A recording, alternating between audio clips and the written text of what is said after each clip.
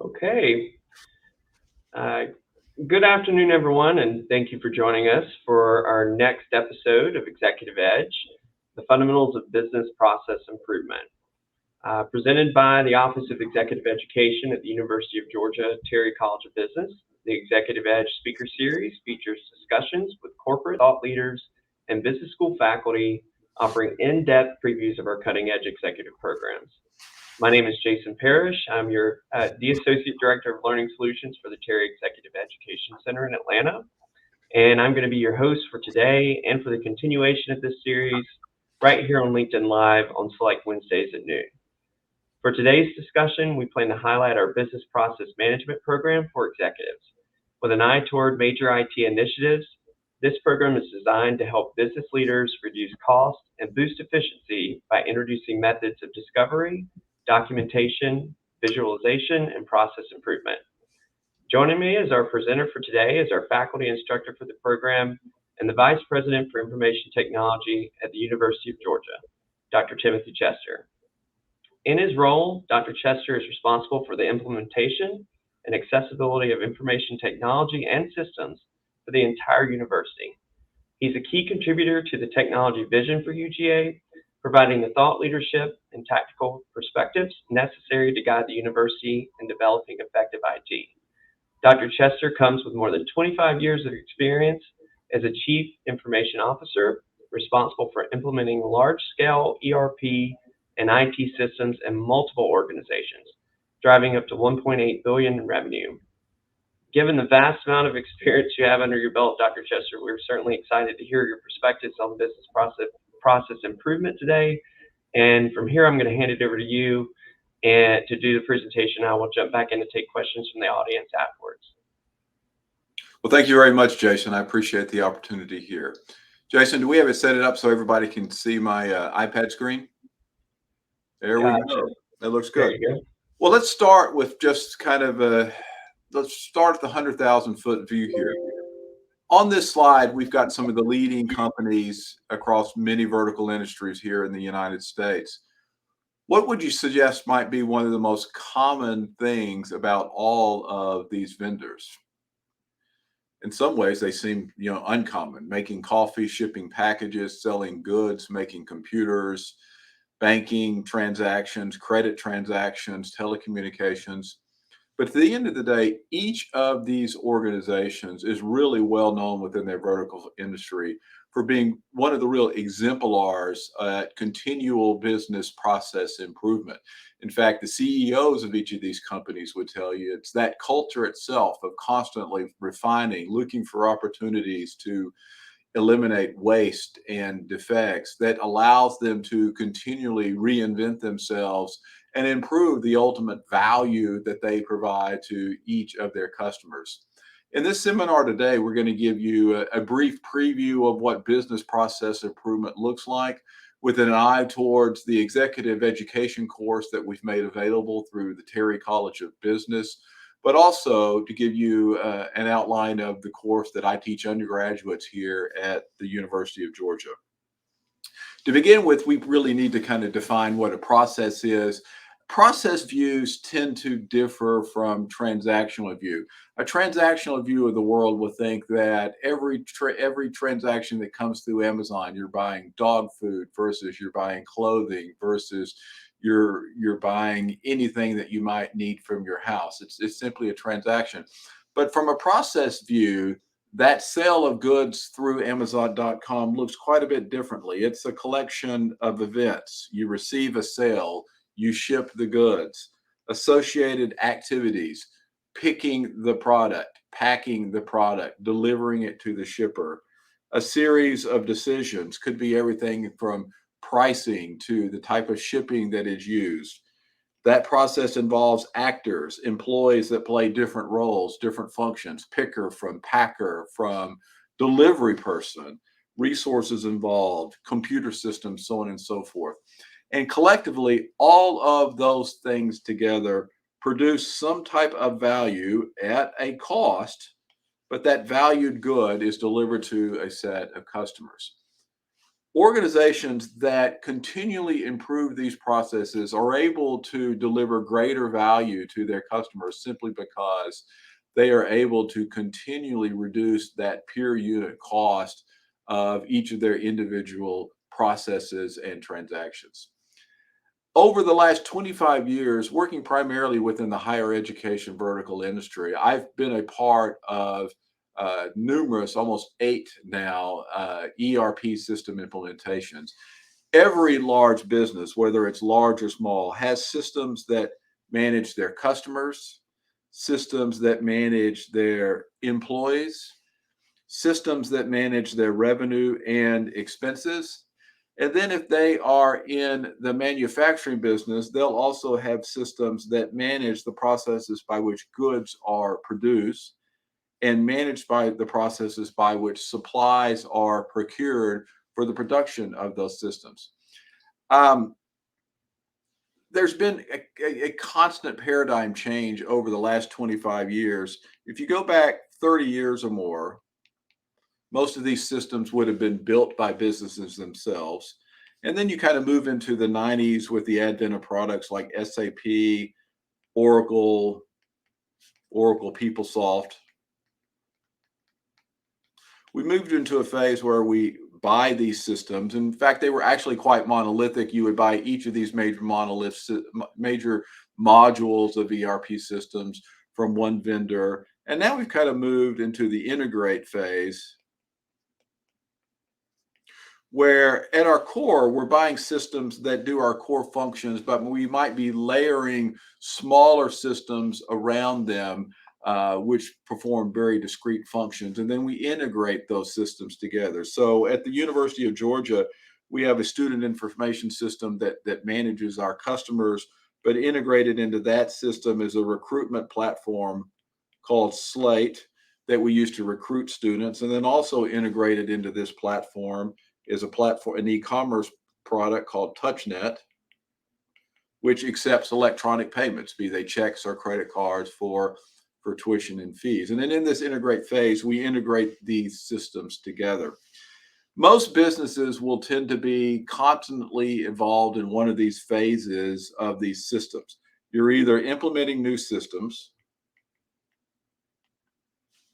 you're upgrading these systems, or perhaps you're moving them to the cloud. This is kind of the phase. In fact, a lot of organizations and businesses are now looking at these systems, how to get them into the cloud, how to make them more resilient, and really how to offload both risk and operational support to a third-party vendor. At each of these continual phases, business process improvement is a very, very critical activity. What you see here on this slide is what is known as the business process management or the business and process improvement life cycle. These are the processes by which businesses will improve their processes continually. And if I take the case of Amazon, again, they're one of the best in the world at continually doing this. Here's kind of what the process itself looks like, the process of process improvement. To begin with, you have to be engaged in the activity of discovering your processes and documenting them as a set of, again, events, activities, actors primarily. Those are the big things, okay? And when you construct that baseline process model, we refer to that as our as is. That's something that typically is visualized in a BPMN diagram. Once you have that baseline, then we begin to perform process analysis using both qualitative as well as quantitative approaches, looking for essentially how to eliminate waste, waste in the form of defects, waste in the form of overprocessing, waste in the form of storage, extra time, so on and so forth. But critically also, eliminating defective work.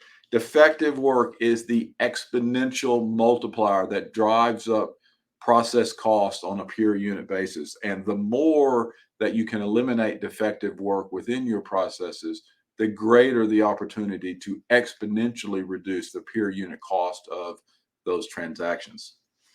When you have improved that process, you now have a to be, a future state of the world, an improved part of the world.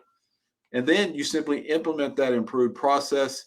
It tends to occur through the technology, through the systems that we have looked before. Again, upgrading, implementing, moving them to the cloud. And then you simply monitor the performance of those processes with key performance indicators. And then you simply move back into discovering that process, reassessing it, and moving forward. Again, Amazon is the best in the world at doing this. If you go back 5 to 8 years ago, Amazon delivery warehouses were organized into massive shelves of products. And one of the more challenging jobs to keep people on there was the job of picker. And they would pick up an order and they would walk that warehouse and they would pick the products that somebody has bought off of those shelves, and then they would deliver them to a conveyor belt where the bin of products was taken to a packer who then would pack the goods into a box and put it on the conveyor belt to be shipped. Through its process of process improvement over time, Amazon made several innovations, eliminating the waste of walking, eliminating the waste of these storage shelves, and they really replaced that role of picker with robots. And now the way an Amazon order is fulfilled is that a set of robots will bring a set of shelving units to an actual packer. When an order comes up, that packer will grab the products off of that shelving unit, and then they will pack it and then again send it down to the conveyor system for the product to be delivered to a shipper. Okay, that eliminated substantial waste, reduce the peer process cost of that transaction substantially. And that's one of the ways Amazon has been able to continually to grow at an exponential pace, because it can literally pack and deliver goods faster and faster and faster. Their internal process of continual process improvement is really the secret sauce Jeff Bezos would tell you behind that. These improved to be visualizations of processes really are the construction diagrams of process improvement. Over the last 8 years here at the University of Georgia, I've been involved in almost a little over $70 million worth of ERP system implementations, as we replaced our customer student tracking system, as we replaced our financial system and associated functions like purchasing, and then we replaced our payroll and our employee and our HR management solution as well. BPMN and process improvement, and this is what a BPM diagram was like, documenting the as is version of the world, turning that into an improved to be part of the world was critical. This is what we call a BPMN diagram. Again, it is a visualization of the process. I can look here and I can see events that kick off the process, end the process. I can see activities and work that is done as a part of this process. I can see decisions that are made. I got swim lanes to show actors who are actually doing the work. This visualization tells me a lot. And they are the backbone of these of these system implementations and upgrades. When we replaced our financials at the University of Georgia, this was part of the project planning room there. And these are, you can't really see it there, but these are accounts receivable business processes at the university. And if I blow that up there, you can see that they're all marked up, because there was a baseline as is version of the world that was assessed and discovered, and then we improved it primarily by removing activities, removing handoffs between actors in swim lanes, reducing the number of decisions or automating them, and so on and so forth. And then we implemented those systems, the new to be version of the world. And that was a critical part of our successful on time, on delivery of these processes. We now monitor. We have a set of key performance indicators that we look at every month for processes like payroll. And again, defects have gone down dramatically. The number of incorrect paychecks, the number of late paychecks is all dropped precipitously as a part of our business process. And we use those metrics to, again, continually assess and look for new opportunities for process improvement. If you think about the IT field and what are the real ascendant jobs, what are the jobs that are expected to grow over the next 5, 10, and 15 years? This slide from the Education Advisory Board has 5 key roles. If you're engaged in one of these key roles in the IT business, regardless of vertical industry, you're going to have a super career. These are the areas that are going to grow: working with data, working with information security, integrating these technologies together, more technical work, managing vendors and contracts, and then the most important one, process architect, eventually identifying and streamlining process inefficiencies and fitting technology purchases to those business needs so that we are continually delivering greater and greater value to our customers. What does this actually look like on the ground? What does an improved process look like? This, again, is a slide that comes from the Education Advisory Board. I need to give them credit. It's from a case study of the Ford Motor Company, their supply chain process from some time ago. They produce cars through their assembly lines, and they sell those goods and services. To produce and manufacture automobiles, you procure an awful lot of parts. And their as-is state kind of looks something like this. Step one is purchasing needed to buy some parts. Maybe we're talking about car batteries or seats or tires. They would issue a purchasing order to the vendor, and they would send a copy of that order to accounts payable. Okay. The vendor would ship the parts to the warehouse, who would receive them.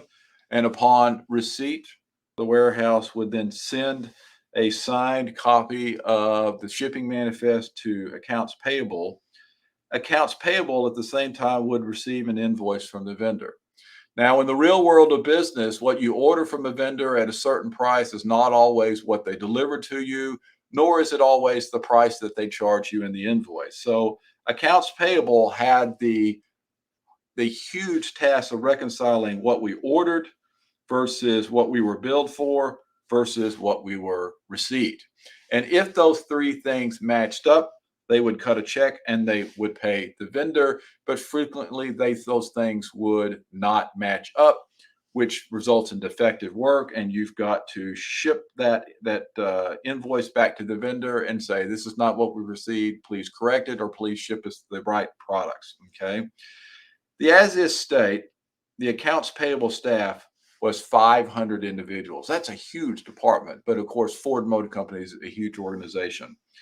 The improved 2B, that came out of the process of continual improvement, looked a little bit different. When purchasing bought the products and cut a purchase order, they would send that purchase order to the vendor. They sent the copy to accounts payable, but they also sent a copy of that to the warehouse that received the goods and services. And when the vendor would ship those goods to the warehouse matched up what was expected versus what was delivered. And if those things matched, they would accept delivery. If they didn't match, they would refuse the shipment and send it back to the vendor, thus putting a lot of the burden of the rework to be done squarely on the vendor where it should reside. If they all matched up, they accepted the shipment, and then they sent the signed manifest down to accounts payable. And all accounts payable had to do was simply match up, again, these things really, really quickly before they cut a check to pay the vendor for the goods and services. They reduced their staff by 350 FTE. We went from an accounts payable and the as is of 500 staff. In the 2B world, we reduced it by 350. Does that mean that 350 people lost their job? Absolutely not. But those become resources that the business can continually invest back into its business, again, to return greater value to its customers by having lower per transaction costs, per unit costs throughout its business processes. When Amazon put the robots in place and replaced the pickers, they didn't fire anybody. Amazon employs more people today than they employed, frankly, last week. Okay, they are a huge growing business, but this continual process of process improvement reduces the amount of inputs required to deliver certain outputs to customers. And that's an efficiency gain that results in greater satisfaction of the customers and lower the cost. Okay. What I want to do now to kind of wrap this up is kind of go through the major areas and kind of unpack business process improvement a little bit more to give you kind of a sense of what you can expect and what you would see in this executive education course at Terry College. The first thing that we want to do is help people to adopt a process mindset. A process analyst will walk into a business and they won't think about transactions. They'll think about those activities and events, the events that drive the activities, the roles, the actors who perform those activities, the decisions that are made, and they will take a process view of the world. One of the most fascinating places I've ever been as a process improvement faculty member is the Kia Motors automobile factory in West Point, Georgia. It is truly one of the most amazing places anyone could ever take a tour of. And I've been fortunate to have it gone on a tour myself and having taken groups of students for a tour also. I could stand at the end of that assembly line and watch a Sorrento go across, watch another make and model car. They're different colors, so on and so forth. And in a transactional view of the world, I think about the different cars and the different colors and the different features of the cars that actually were built.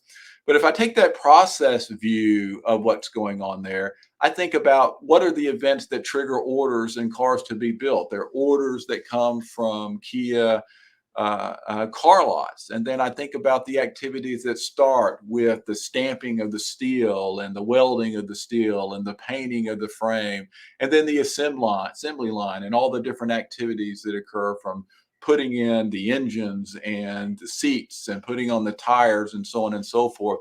And then eventually that car goes right off the end of the assembly line. It's given oil and gas, and it's actually driven off the assembly line for a 2 or 3 mile test drive on the back track. And then that drives the end of the process. The car's ready to be shipped and good.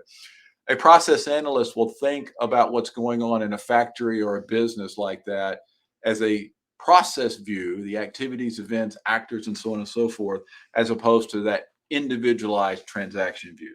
The first thing that we do in the course is that we teach our students to have and adopt that process mindset.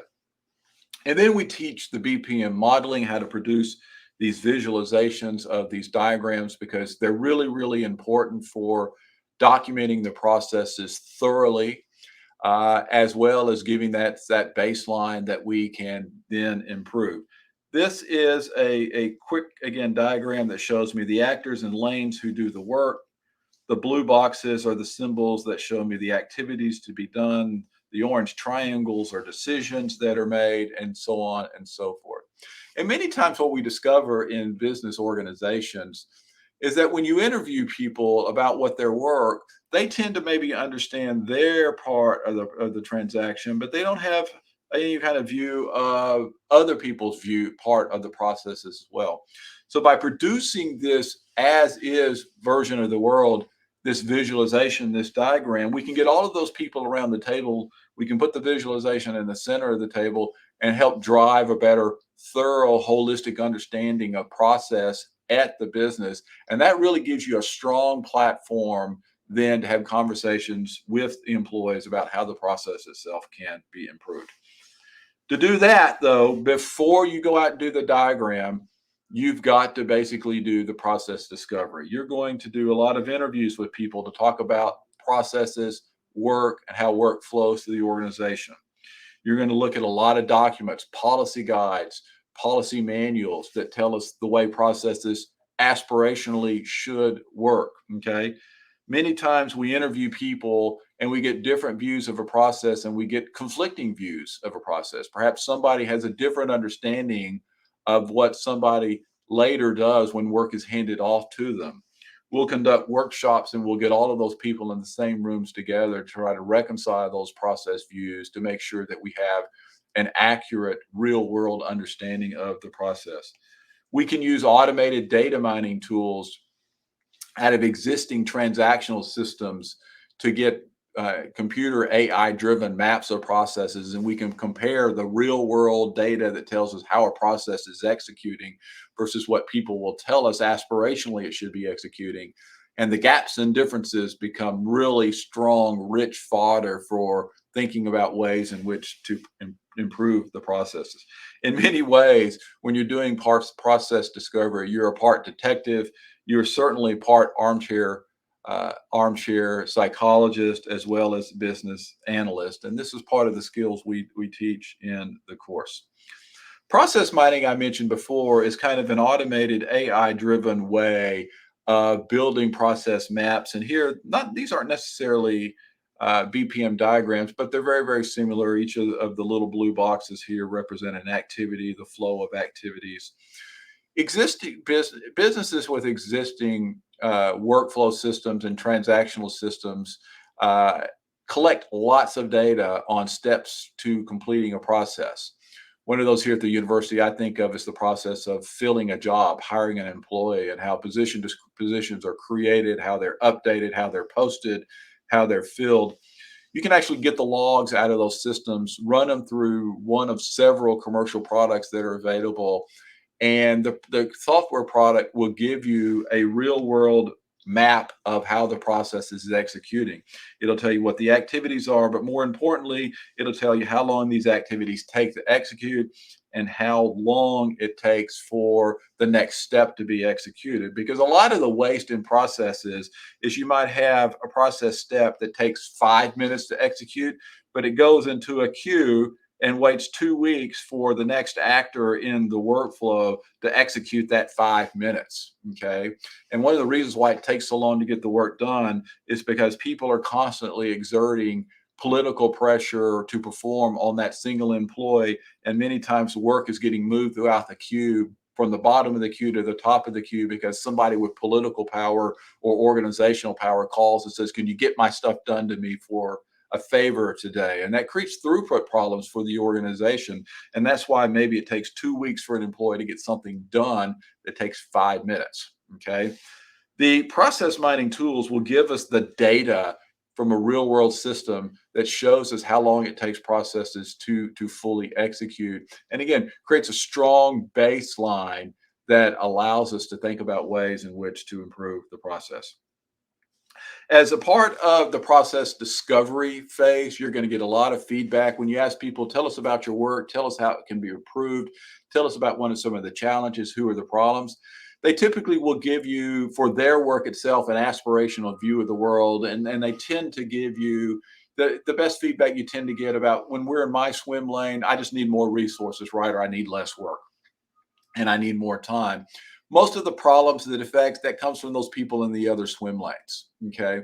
You can get a lot of subjective feedback there that you have to organize. And qualitative process analysis is really about how to do root cause analysis, how to kind of take a systems view, what's good versus what bad, and really kind of drive the root cause of defective work or delays in the actual work.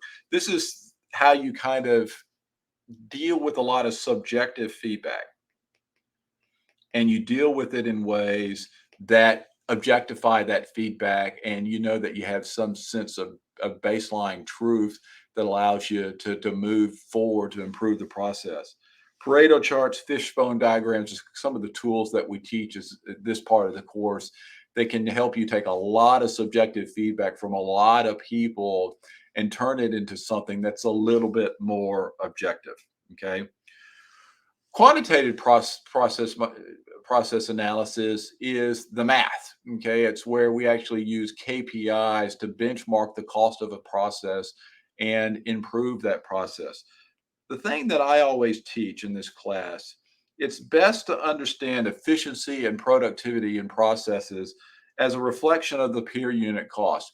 For every instance of a process, whether it's an order at Amazon, whether it's a car at the Kia Motor Factory, there's inputs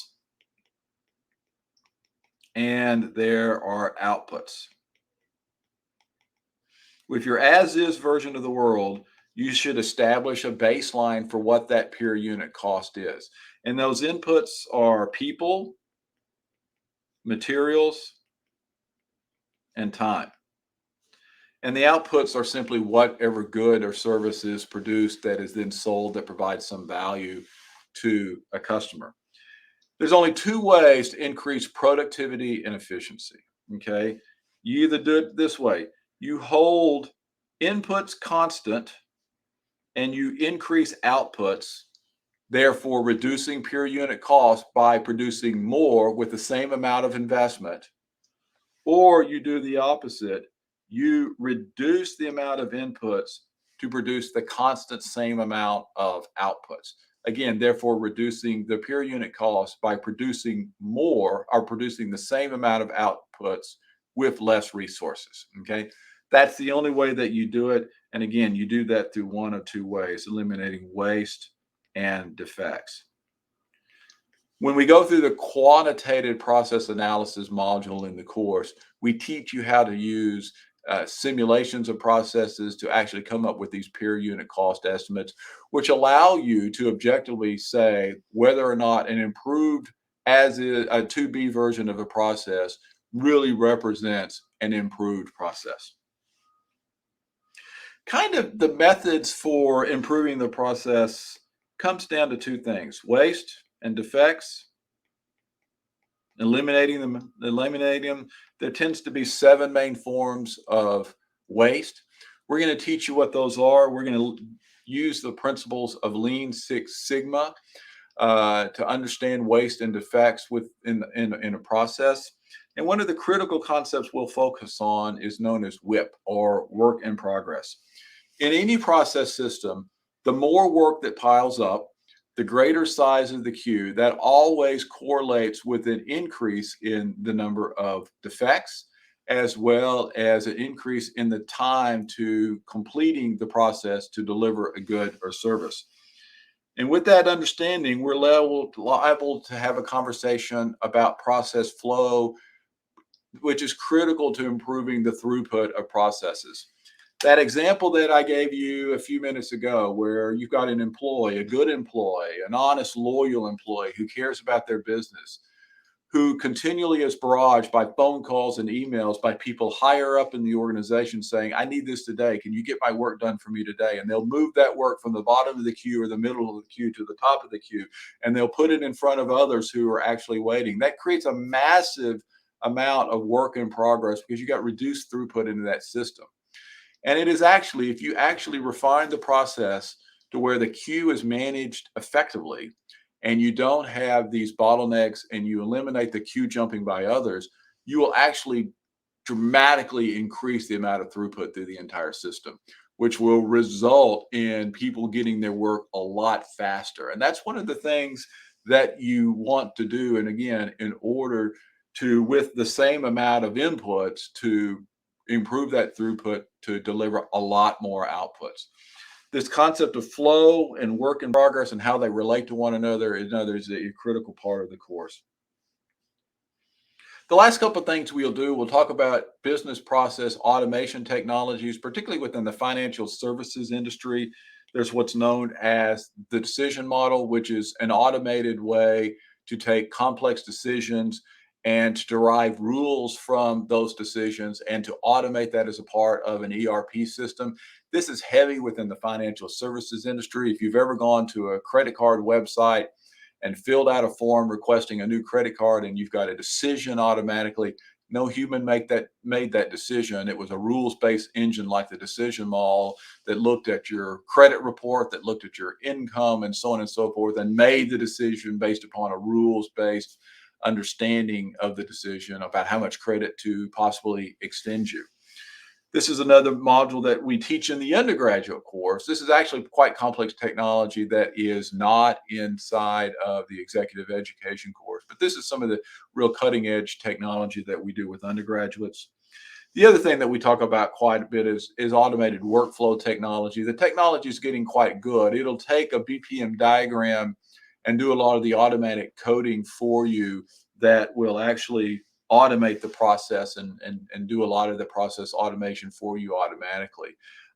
These technologies are evolving, but it really allows non-technical, non-programmer people to automate business processes in a drag and drop way. Salesforce is frankly one of the best products in the world at providing these types of capabilities to business professionals, and it doesn't require the use of programmers and IT people to help automate business processes.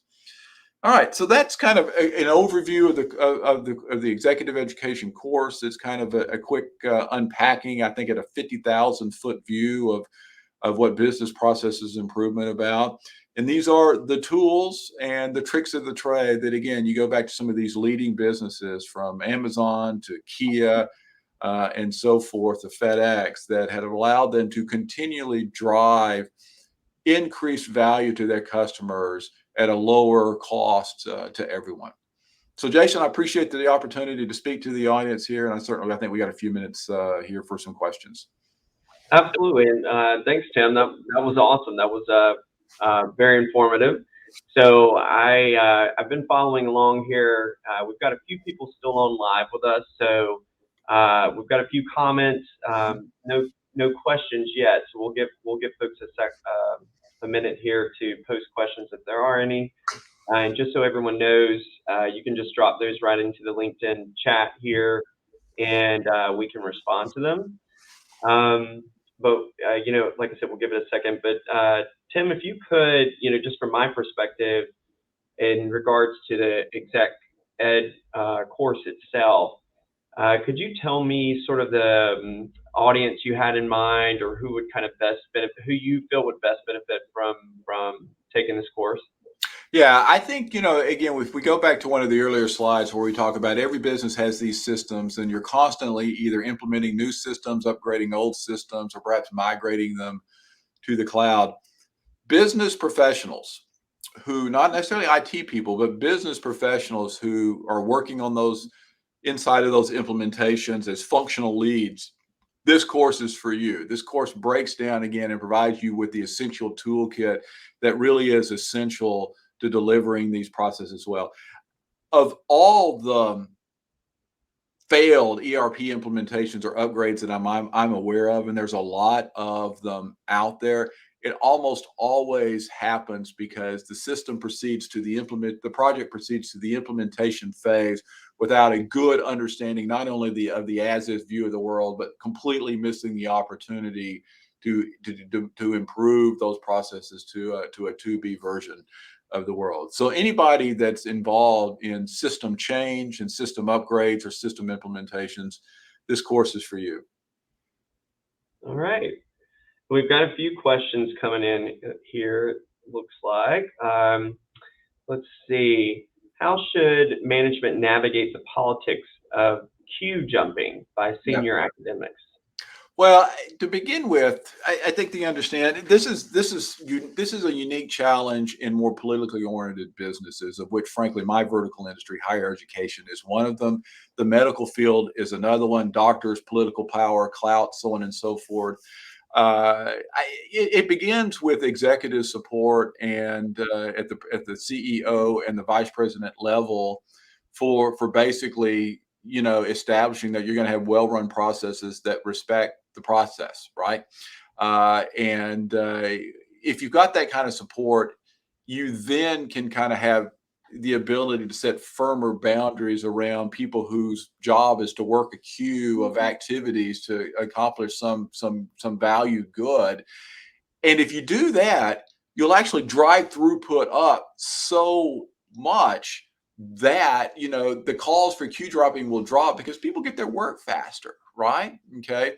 And again, if I were to kind of quickly diagram here, one of the real big cost of waste in organizations and satisfactions, if I got a process with 3 actors and it proceeds from an activity here to the handoff here to the next person, and then proceeds down here to the next person, again, this activity might take 5 minutes of work, but when it gets sent down here, it sits in a queue for 2 weeks. Okay. That kind of bottleneck is what destroys customer satisfaction. And if you can drive that throughput to 2 days by basically setting boundaries around employees. And the other thing that you got to do is you got to eliminate all the rework. You got to eliminate all of the defective work where it comes down to this part and the person kicks it back up here. because something wasn't done right. Okay. And then it sits in this person's queue for 2 weeks. That's the kind of frustration that drives the political necessity that are the politics of people wanting to get their work queue jumped. Okay. And so you've got to have really, you got to reduce defective work, and you've got to set those boundaries. And then if you drive throughput up, you're going to have an environment where you can be, I think, really successful in doing that. It's a good question. All right, and a couple of logistical questions here, which I think I can answer. Is that if the course is available at the Gwinnett campus, and from Gabriel, and Gabriel, unfortunately, it is not, but this is fortunately an online program or online course.